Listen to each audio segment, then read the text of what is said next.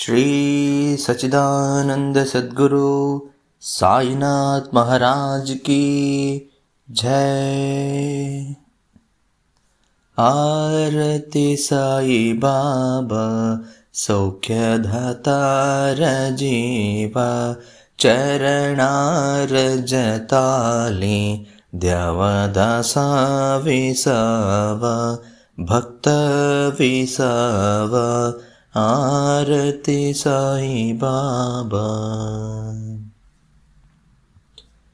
जाळुनियानंग स्वस्वरूपे रहे दंगा, मोमोक्षु जन दावी निज डोळा श्रीरंग, डोळा श्रीरंग। आरती साई बाबा।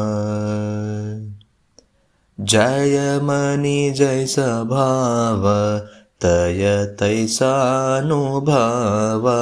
दावी सिधय घन, ऐसी तुझी ही मावा, तुझी ही मावा। आरती साई बाबा। तुमचे नम द्यात हरे संस्कृती व्यथा, आघाध तव करणी मार्ग धाविसियनाथ, धाविसियनाथ। आरती साई बाबा। कलियुगी अवतार सगुण परब्रह्म सचरा, अवतीर्ण झालासे स्वामी दत्ता दिगंबर, दत्ता दिगंबर। आरती साई बाबा। 8 दिवस गुरुवारी भक्त करी तिवारी, प्रभुपद पाहवाय भव भय निवारी, भय निवारी। आरती साई बाबा। माज निज द्रव्य ठेव, तव चरण रज सेवा। मागणे हेचियाथ, तुम्हा देवाधिदेवा, देवाधिदेवा। आरती साई बाबा। इच्छिता दिन चातक, निर्मल तोय निज सुख। पाजवे माधवाय, संभळा पोली भाक, अपोली भाक। आरती साई बाबा। सौख्यदातार जीवा, चरणार जताली द्यावा दासा विसावा, भक्ता विसावा। आरती साई बाबा। शिर्डी माझे पंढरपूर, साई बाबा रामावर, बाबा रामावर, साई बाबा रामावर। शुद्ध भक्ती चंद्रभाग, भाव पुंडलिक जाग, पुंडलिक जाग, भाव पुंडलिक जाग। याहो याहो अवघे जन, करो बाबासी वंदन, साईसी वंदन, करो बाबासी वंदन। घणो माने बाबा साई, धाव पाव माझे आई, पाव माझे आई, धाव पाव माझे आई। घाली लोटांगण वंदीन चरण, डोळ्यान पाहीन रूपा तुझे। प्रेमे अलंगिन आनंद पूजिन, भावे वळानी नमने नमा। त्वमेव माता पिता त्वमेव, त्वमेव बन्धु सखा त्वमेव, त्वमेव विद्या द्रविणं त्वमेव, त्वमेव सर्वं मम देवदेव। कायेन वाचा मनसेन्द्रियैर्वा, बुद्ध्यात्मना वा प्रकृतिस्वभावात् करोमि यद्यत् सकलं परस्मै नारायणायति समर्पयामि। अच्युतां केशवं रामनारायणं कृष्णदामोदरं वासुदेवं हरिं श्रीधरं माधवं गोपिकावल्लभं जानकीनायकं रामचन्द्रं भजे। हरे राम राम राम हरे हरे, हरे कृष्ण कृष्ण कृष्ण हरे हरे। श्री गुरुदेव दत्त।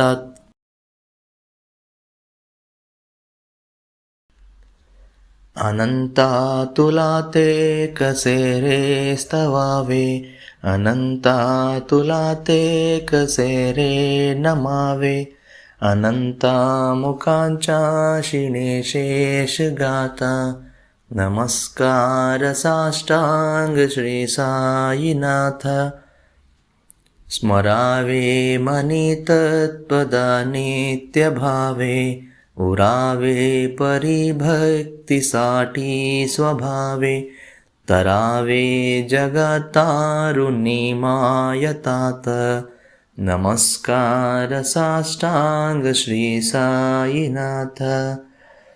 वसे जो सदा दावया संतलीला, दिसे अग्नलोकान् परिजो जनाला, परियंतरी ज्ञान कैवल्यदाता, नमस्कार साष्टांग श्री साईनाथ। बराला धला जन्म मानवाचा, नरासार्थका साधनीभूत साचा, धरू साई प्रेमा गळाय अहंता, नमस्कार साष्टांग श्री साईनाथ। धरावे करीसान अल्पज्ञ बाला, करावे अमाधन्य चुंबो निगाल, मुखी घाल प्रेमे कराग्रास आत, नमस्कार साष्टांग श्री साईनाथ। सुरादिक ज्यांच्या पदावंदिताती, शुकादिक ज्याते समानत्व देती, प्रयागादितीर्थे पदी नम्र होता, नमस्कार साष्टांग श्री साईनाथ। तुझ्या ज्या पदा पाहता गोपबाली, सदा रंगली चित स्वरूपी मिळाली, करी रास क्रीडा सवे कृष्णनाथ, नमस्कार साष्टांग श्री साईनाथ। तुला मागतो मागणे एक ध्यावे, करा जोडितो दीन अत्यंत भावे, भवी मोहनी राजा तारियात, नमस्कार साष्टांग श्री साईनाथ।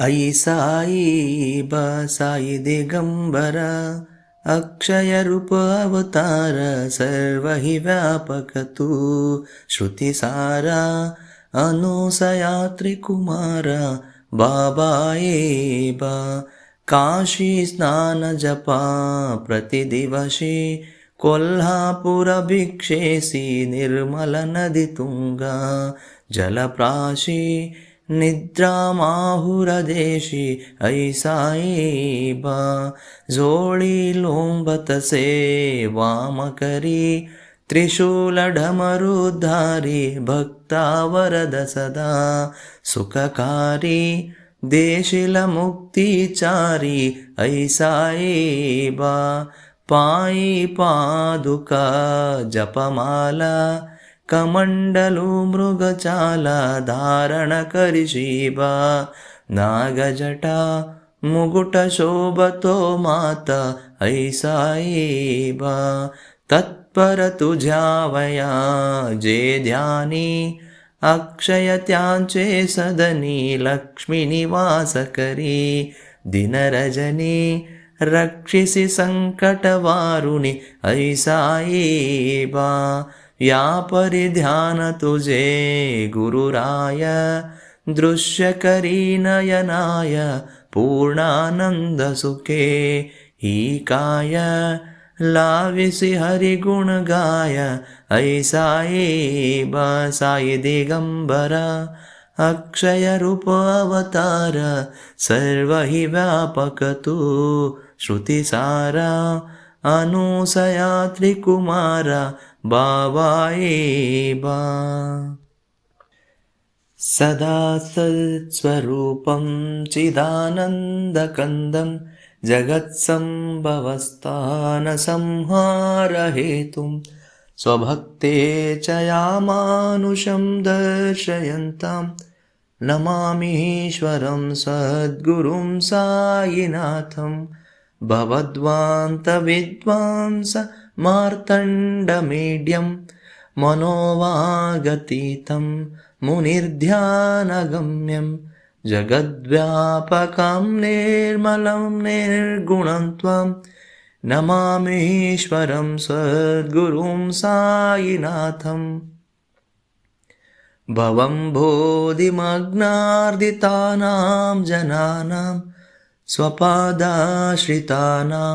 स्वभक्तिप्रियाणां समुद्धारणार्थं कलौ सम्भवन्तं नमामीश्वरं सद्गुरुं साईनाथ सदानिम्बवृक्षस्य मूलादिवासात् सुधास्राविणं तेक्तमप्यप्रियन्तं तरुं कल्पवृक्षादिकं साधयन्तं नमामीश्वरं सद्गुरुं साईनाथं सदा कल्पवृक्षस्य तस्यादिमूले भवद्भावबुद्ध्या सपर्यादिसेवं ऋणां कुर्वतां भक्तिभुक्तिप्रदन्तं नमामीश्वरं सद्गुरुं साईनाथं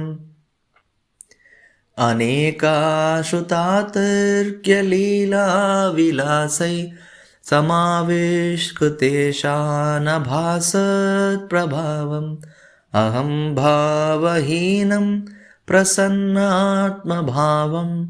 नमामीश्वरं सद्गुरुं साईनाथं सतां विश्रमाराममेवाभिरामं सदा सज्जनैः संस्तुतं सन्नमद्भिः जनामोददं भक्तभद्रापदन्तं नमामीश्वरं सद्गुरुं साईनाथम् अजन्माद्यमेकं परब्रह्म साक्षात् स्वयं सम्भवं राममेवावतीर्णं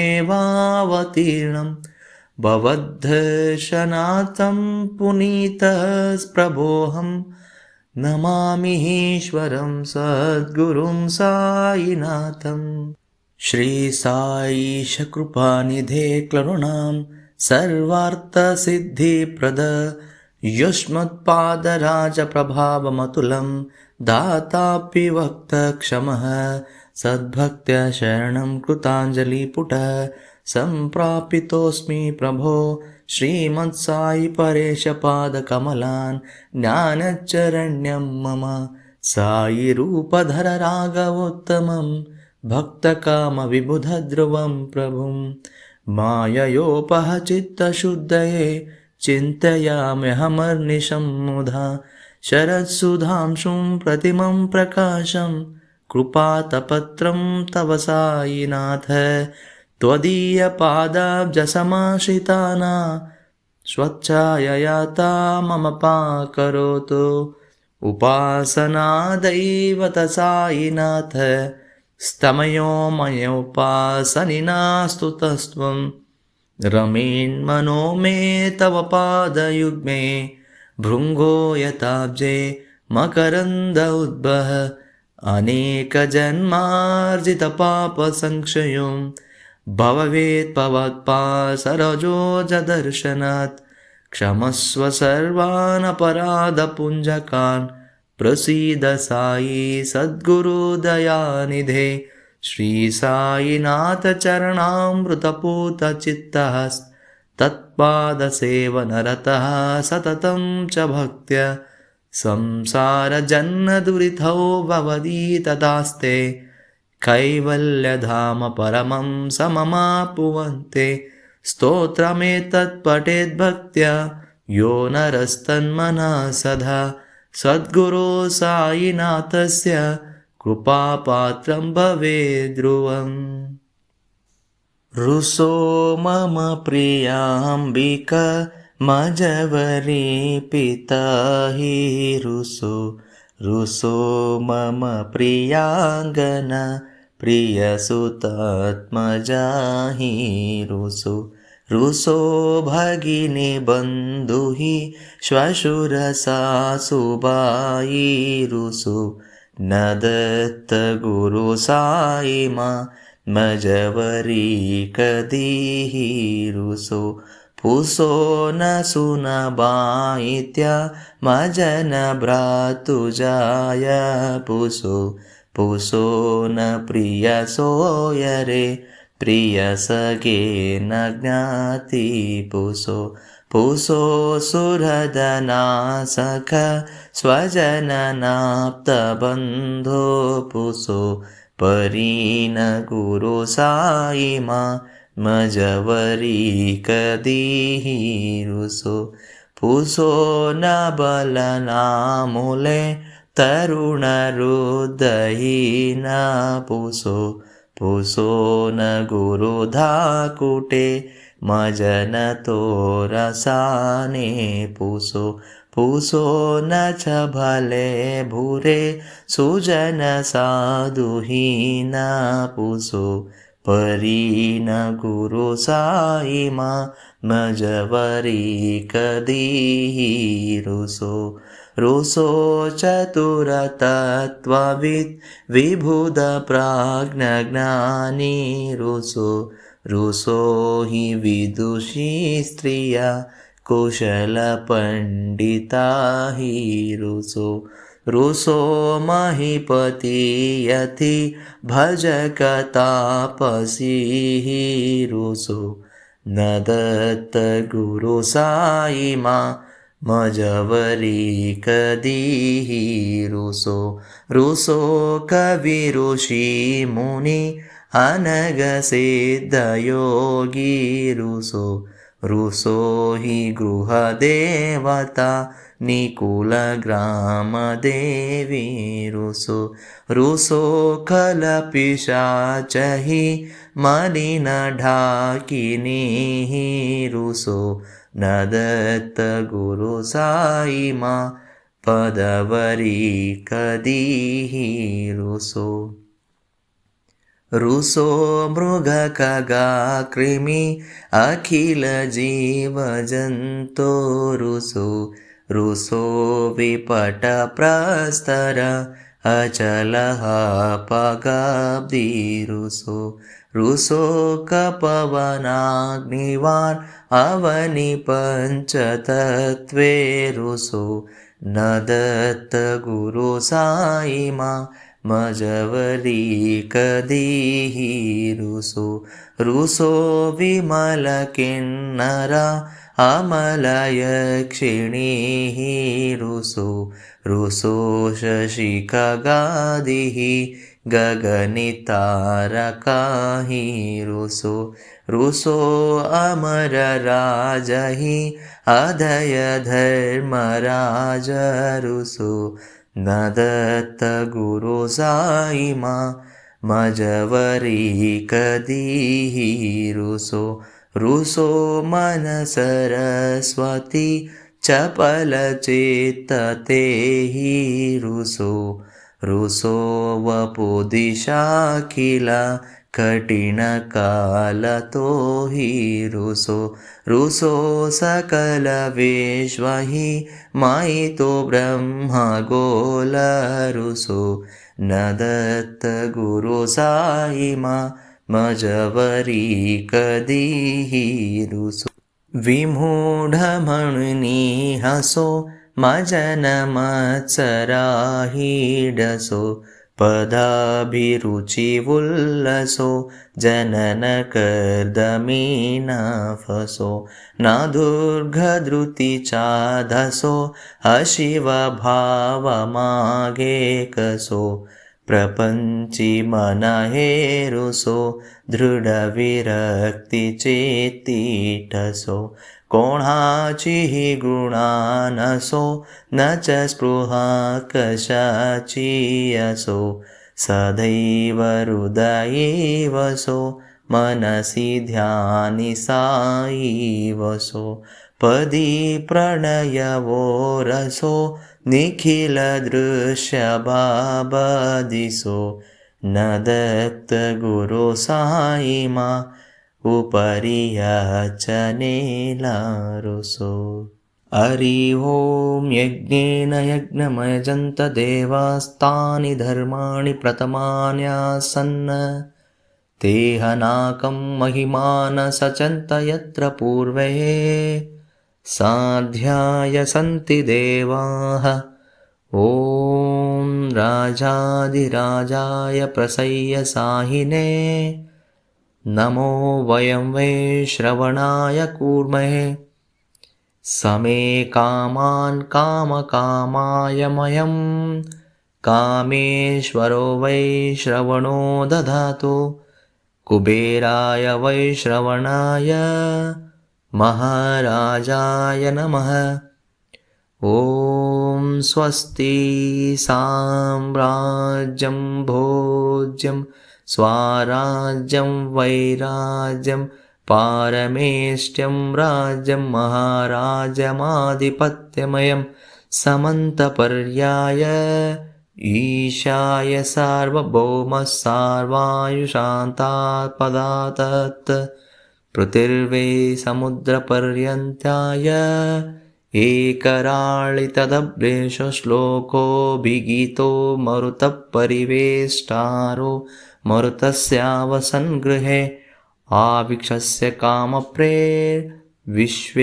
देवा सभासदेते श्रीनारायण वासुदेवाय सच्चिदानंद सद्गुरु साईनाथ महाराज की जय। करचरणकृतं वा कायजं कर्मजं वा श्रवणनयनजं वा मानसं वापराधं विहितमहितं वा सर्वमेतत् क्षमस्व। जय जय करुणाब्दे श्री प्रभो साईनाथ श्री सच्चिदानंद सद्गुरु साईनाथ महाराज की जय।